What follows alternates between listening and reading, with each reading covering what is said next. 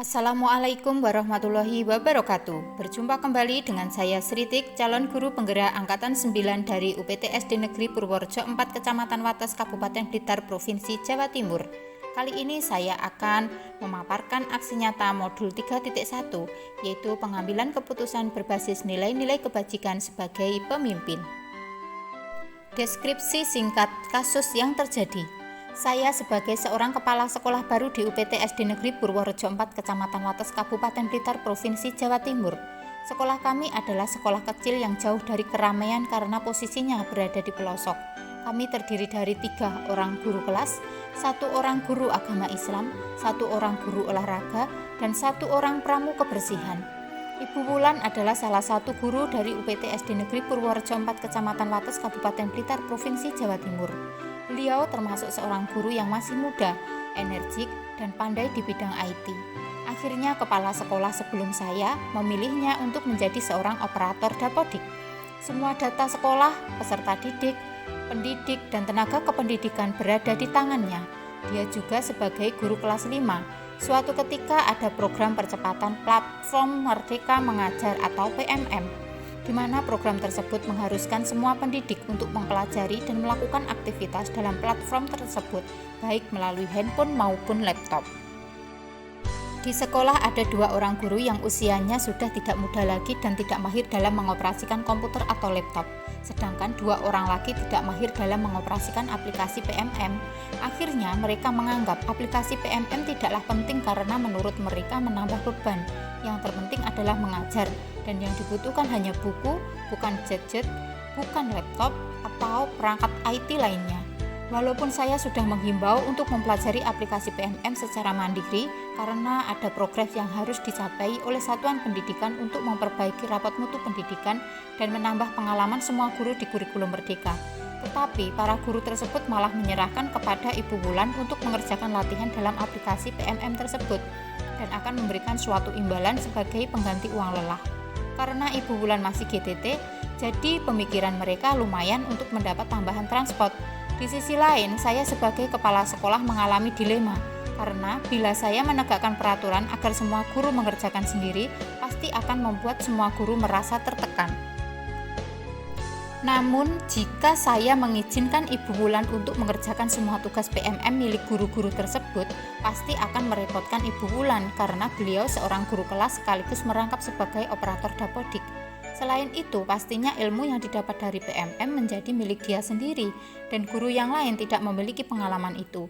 Padahal aplikasi tersebut diperuntukkan untuk semua guru memiliki tambahan ilmu dan mempunyai keterampilan dalam bidang IT secara mandiri. Para guru bisa belajar, berlatih, mencari referensi perangkat ajar, serta akan mendapat sertifikat atas namanya sendiri dengan mengikuti serangkaian kegiatan yang ada di dalamnya. Dengan mempelajari PMM secara mandiri, diharapkan semua guru update dengan metode mengajar mereka, berpusat pada peserta didik, sehingga tidak monoton dan membosankan. Di sisi lain, Ibu Wulan tidak berani menolak karena merasa tidak enak hati untuk menolak permohonan para guru tersebut, karena mereka lebih senior daripada dirinya. Dalam hal ini ada rasa kasihan melihat Ibu Wulan dan di sisi lain memang saya harus menegakkan peraturan agar semua guru mengupdate cara mengajar mereka dengan belajar mandiri di PMM. Tujuan yang diharapkan yaitu pengambilan keputusan sebagai seorang pemimpin pembelajaran dalam membantu menyelesaikan masalah yang dialami guru. Yang menjadi tolak ukur dari kasus ini yaitu dihasilkan keputusan yang tepat agar tidak merugikan pihak manapun dan semua kegiatan dapat berjalan secara beriringan. Keputusan yang diambil harus berpihak pada murid dan dapat dipertanggungjawabkan. Dari kasus tersebut muncullah paradigma dilema etika, yaitu rasa keadilan lawan rasa kasihan atau justice versus mercy, dan prinsip pengambilan keputusan yang muncul di sini yaitu berpikir berbasis hasil akhir, ends-based thinking, dan berpikir berbasis rasa peduli, care-based thinking. 9 langkah pengambilan dan pengujian keputusan terdiri dari 1. Mengenali nilai-nilai yang bertentangan. 2. Menentukan siapa yang terlibat dalam situasi ini. 3. Kumpulkan fakta-fakta yang relevan dengan situasi ini. 4. Pengujian benar atau salah. 5. Pengujian paradigma benar lawan benar. 6. Melakukan prinsip resolusi. 7. Investigasi opsi trilema. 8. Buat keputusan. Dan 9. Lihat lagi keputusan dan refleksikan. Nilai-nilai yang saling bertentangan dalam kasus ini adalah nilai keadilan dan nilai tanggung jawab. Sedangkan yang terlibat dalam kasus ini adalah kepala sekolah, operator, dan semua guru. Fakta-fakta yang relevan dengan situasi ini adalah Ibu Wulan adalah seorang guru kelas yang diberi jam tambahan sebagai operator dapodik.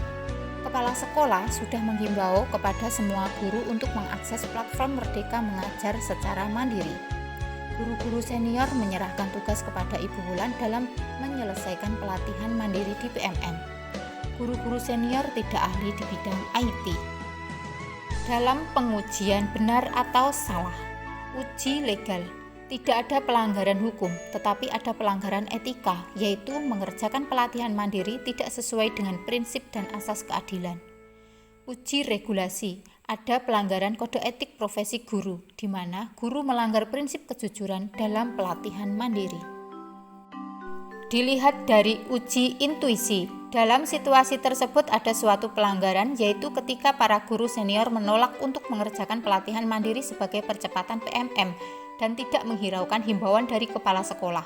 Apalagi mereka menyerahkan sepenuhnya kepada Ibu Wulan dan berjanji untuk memberi imbalan sebagai uang lelah.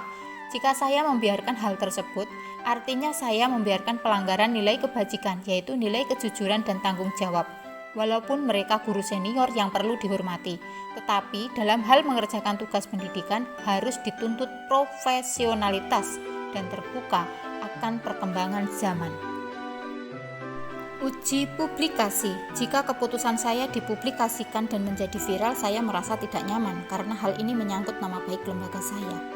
Dilihat dari uji panutan atau idola, keputusan yang diambil oleh panutan atau idola saya pasti sama dengan keputusan yang saya ambil, yaitu mendampingi dan membimbing para guru senior untuk melakukan aktivitas pada aplikasi platform Merdeka Mengajar atau PMM, sehingga mereka bisa mengoperasikan secara mandiri dan akan berdampak positif pada proses pembelajaran kepada peserta didik.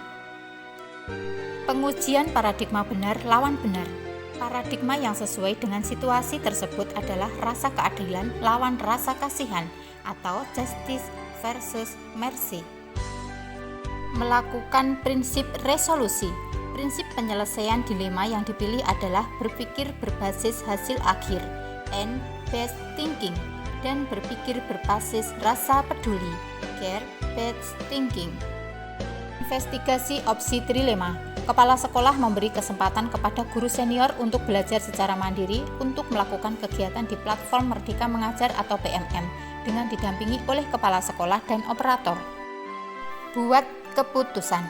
Dengan mempertimbangkan segala kemungkinan yang akan terjadi, maka diputuskan memberi kesempatan kepada guru senior untuk belajar dan tetap mengakses platform Merdeka Mengajar atau PMM di jam istirahat atau di waktu luang saat menunggu jam absen pulang. Lihat lagi keputusan dan refleksikan. Keputusan yang diambil adalah tetap memberi kesempatan kepada guru senior untuk belajar dan tetap mengakses secara mandiri platform Merdeka Mengajar atau PMM agar tidak memberikan beban kepada Ibu Wulan sebagai guru kelas dan juga operator, agar semua guru juga mulai belajar IT dan mengupdate pengetahuannya sesuai dengan perkembangan zaman, sehingga akan berdampak positif pada pembelajaran yang berpusat pada peserta didik. Demikian aksi nyata modul 3.1 pengambilan keputusan berbasis nilai-nilai kebajikan sebagai pemimpin. Terima kasih. Wassalamualaikum warahmatullahi wabarakatuh.